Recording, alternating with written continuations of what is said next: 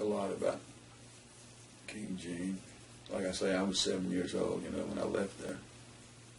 I can remember a few things, like I think when Mama was married to Bill Parker, and he ran a boat where he had gasoline, and he put gasoline into the boats, various boats around there. And I remember one time when Francis, my brother, had sucked on the hose or something and passed out. After they got him squared away and all that, Mama gave him a spanking for doing what he wasn't supposed to do. And they talk about the Everglades and the 10,000 islands, how harsh a life it was.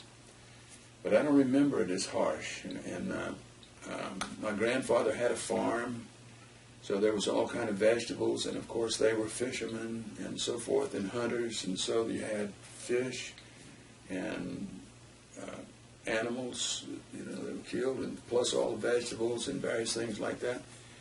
And I think maybe, so from that point of view, I don't remember any harshness or needing anything. I think maybe some of the worst things were the mosquitoes and things like that, that you had to have screens, and of course you had outside toilets, so you had chamber pots in there, and you had to move those out in the morning. And things like that you might find that could be harsh, a harsh kind of living. But as far as being not having food and things like that, I can't remember any of that.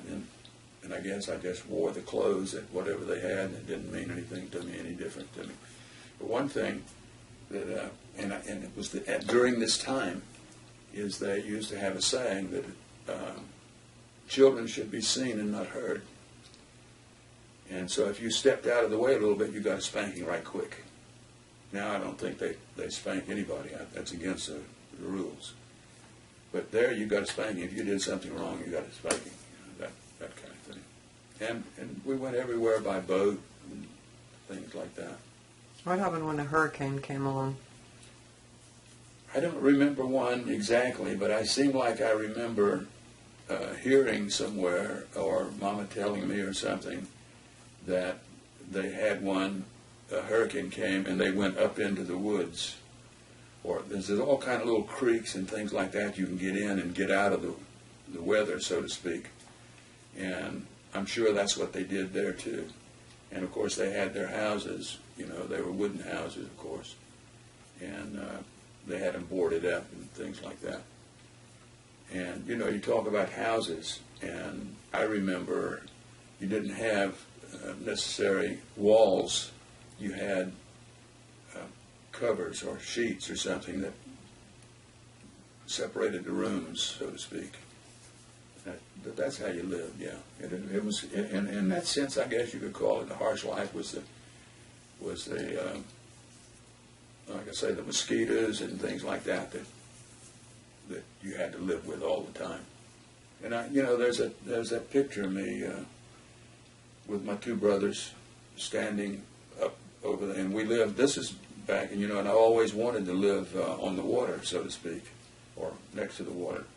And when I was a kid, during this Depression time, we lived over the water in a house built on stakes.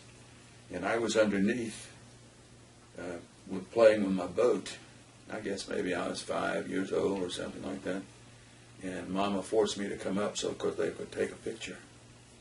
And that's the picture of me. And I was not happy because they made me quit playing with my boats. When we moved out of Everglades and I started the school, this was in 1939, I think, something like that. And the next thing I know, Bill Parker, my stepdad, was no longer there. And by the way, we lived on the water there too, in that place. And and we went down there. My brother and I went down there many years later, my older brother, and we went down there looking for this place, and it's a swamp. And I'm guessing it was a swamp then, but it had a house, and so forth and so on. But at any rate, when we moved out of the Everglades in 1939 or something, all of a sudden, Bill Parker was no longer around. He was gone. And, matter of fact, Mama was no longer around, and my two brothers were no longer around, and I went to live with my Aunt Mellie, Mama's sister, in Fort Myers. And for the next 2 years, I was moved around between different families, different aunts and cousins. And in other words, I lived all around there. Finally, in December, I think the 21st, if I remember correctly, in 1941, I went back to Key West and met up again with my mom and my two brothers at my grandma's house across from Mama's grave. Now you can see that house over there now, it's still there.